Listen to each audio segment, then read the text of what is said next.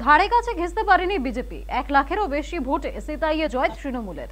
ব্যবধানে নিরিখে এখনো পর্যন্ত 6 কেন্দ্রের মধ্যে ফার্স্ট গার্ল সিতাইয়ের তৃণমূল প্রার্থী সঙ্গীতা রায়।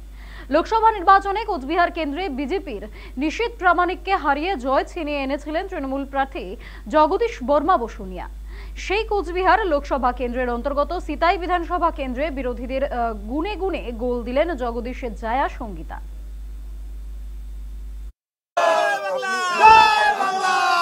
ইলেকশন আবার আমাদের পরীক্ষা আছে, সেই পরীক্ষায় আমাদের উত্তীর্ণ হতে হবে।